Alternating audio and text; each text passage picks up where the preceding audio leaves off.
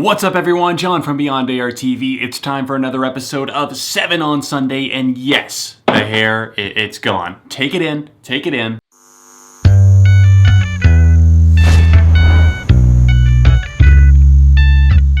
Now that we have that out of the way, I have 7 songs for you today in a playlist-styled video. 7 songs to drive to. 7 perfect for a cruise at night in the dark. Sometimes I just like to roll down my windows or maybe just drive around and play some of the music that I love best. And you know there are some of those songs that just sound better in the car, whether it be the bass or the overall vibe or tone of the song, the dark lyrical content. There are things that sound better in a car at night because it just surrounds you, and some music is just designed for that. So not only will I be counting down 7 in this video, 7 of my absolute favorites to just jam out to or really vibe with, but I'm also going to put a playlist on Spotify in the description down below so that you guys can hear everything from Cherish to the 1975 to The Neighborhood and Ellie Goulding and 21 Pilots and Interpol and everything in between. I couldn't just do 7 songs for the playlist because you need more than 7 songs to be able to drive to. So that is in the description if you would like to follow along. Other than that, let's leave a like on the video and get started with our very first pick.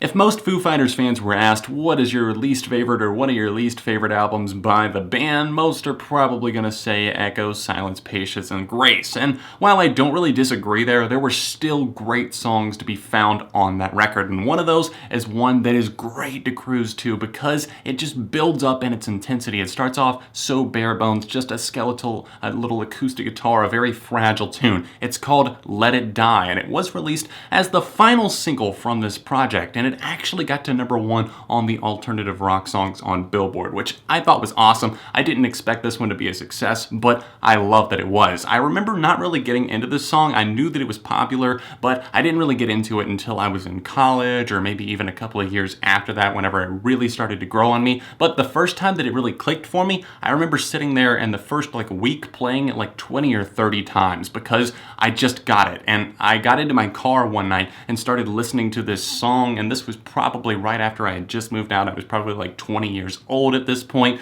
cruising around to a song like this. And to see the anger in Dave Grohl's voice, it's almost freeing to see somebody let out emotion like that because Dave Grohl just starts off, we built up everything and then you just pulled the rug out from under this, and why'd you have to go and let this die? He starts screaming that at the end of the song, and you can see that raw anger and emotion, the feeling that he has. And that's why it's one of my absolute favorites from the Foo Fighters, and one that really just locks you into the zone. I love how Taylor starts coming and clicking in on the drums as the song progresses. It builds off of that steady guitar, and then, of course, that cutting electric guitar as the song really starts to amp you up for its final act. Everything about this song is just fitting for a night drive, and just really any angry emotion or time in your life in general. I would trade this sleep for you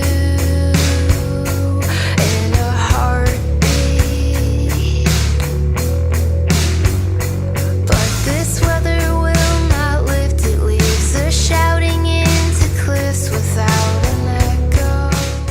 I'm so excited that Now are finally back. A brand new single is out there. I believe a new album is in the works, even though they're down 1 member. And while that's not exactly the ideal situation, still very cool. I got to see them live back in 2012. They opened for The Naked and Famous. That's actually how I got into them. I met them there. They actually did an intro for, at the time, Album Review TV. And as cringy as that might have been, that was still cool for me back then. And seeing them live, it was something that I instantly vibed with. And of course, it was a night show, and the lights were kind of low, and the bass really stood out to me. There was something about their singer's voice, too, that just kind of fits for that zone. You kind of lock into that chill vibe because her vocals are matched by a kind of heavy intensity with that gloomy bass work and the solemn guitars. Even though they are kind of loud and catchy and infectious, they're not danceable necessarily. It's just more of a groove. Nod your head and move with it. And the song that I picked for my playlist today is called Prehistoric. This track actually relates a lot of things from ancient times to like a relationship and that sort of thing,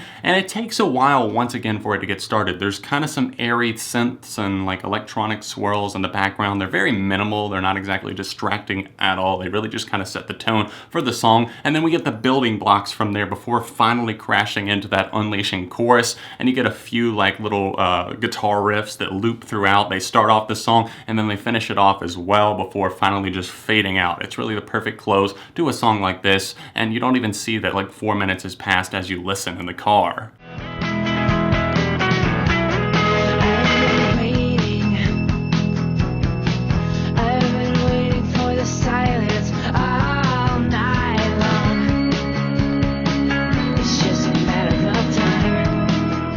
I probably would have put this song higher if it wasn't so damn predictable to do so. Lazy Eye by the SILVERSUN Pickups. This is a song that some people know from Guitar Hero. I knew it because it played on the radio a lot whenever it first came out. But to hear the full like 6+ minute version of this song, it's just a masterpiece. It's something in and of itself because there are so many layers and levels to this. Their lead singer has such a unique voice. I love that. It's like soft but also can get very in your face and almost menacing, especially on Lazy Eye, as he starts to shout towards the end of the song. I love the guitar progression and tone on this one. There's an excellent solo, and just the overall drumming and bass work on this thing, it really is just an alluring feel, and it's something that you want to get on the highway for. For me personally, it's one of those songs where I don't just want to start it, I have to finish it as well. I have to get to that big climax, and I don't want to get any more speeding tickets, but I do like to drive fast to songs like this. In fact, I probably shouldn't listen to them in the car anymore.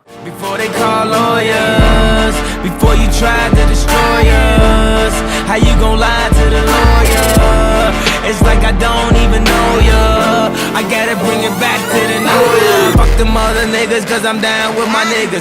Fuck them other niggas. Strange fruit hanging from the poplar trees. Blood on the Leaves is my number 4 pick by Mr. Kanye West from his album Yeezus. Some people loved it, some people hated it. I was more like on the loving side of it, I would say, and I love how Kanye just kind of mixed this soulful 1960s sample that shouldn't work so well with his 808s and heartbreak styled vocals that were auto-tuned, and then getting these abrasive horns that work their way in there as well. It's just massive. I could just picture like a Lamborghini going down a highway at like 150 miles an hour, recklessly running from the cops while this is going on. Maybe somebody who is very tortured and hurt, like Kanye seems to be as he reflects on these memories in this tune. I think it's the best song on Yeezus, probably one of Kanye's best songs. I know a lot of my friends and fellow critics loved it. I even love the instrumental outro on this thing. It's big, it's over the top, it goes on for a while, but honestly, it kind of feels necessary, even though the track is 6 minutes long. It's like you don't even notice as the time slips by.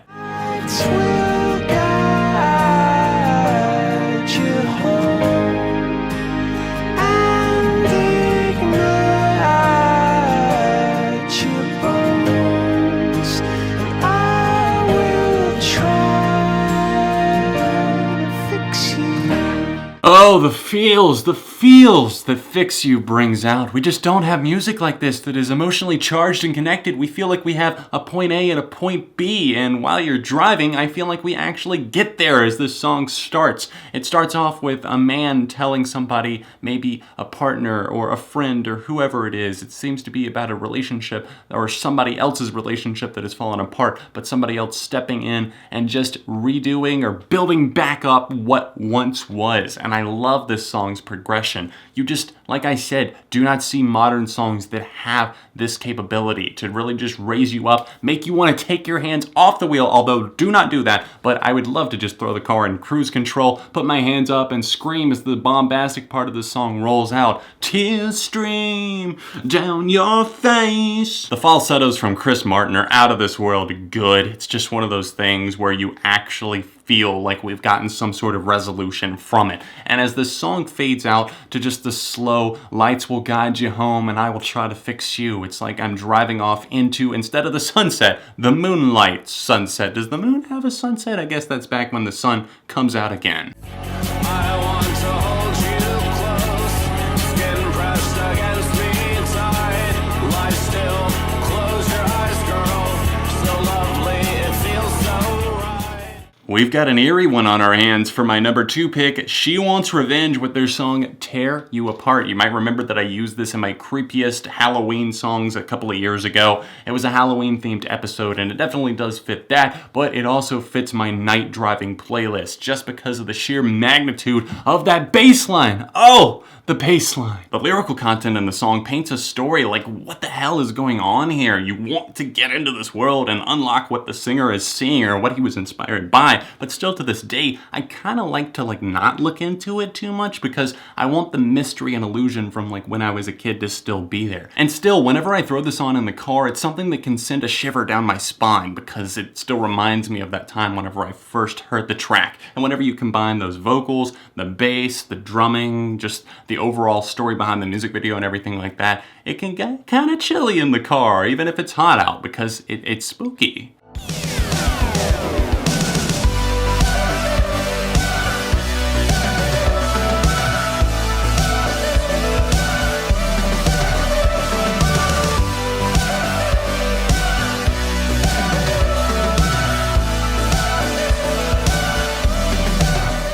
I dare you to name a better driving song than my number 1 pick, Midnight City by M83. Seriously, the conclusion on this song, and just the start of it in general, it's like an 80s wet dream. Everything about this song, the saxophone outro mixed with those effervescent vocals that are catchy as hell, that looped sax with the synthesizers, the guitars, the bass swells, everything about this song booms and it screams 80s indie and rock and alternative and everything. It fits like an 80s soundtrack perfectly. If this was an 80s movie, I wouldn't even think twice about it because if this was rolling in the credits, I would be extremely, extremely, extremely happy. It's one of those songs that I put a smile on every single time it comes up. You don't skip it on shuffle because it's epic. Most people know it. It's probably coming up on your Spotify suggested, your Pandora, your YouTube suggestions, whatever it is, because this song was massive. It was a sleeper hit over the course of 2011 to 2013, and I'm so glad that it was. M83, please.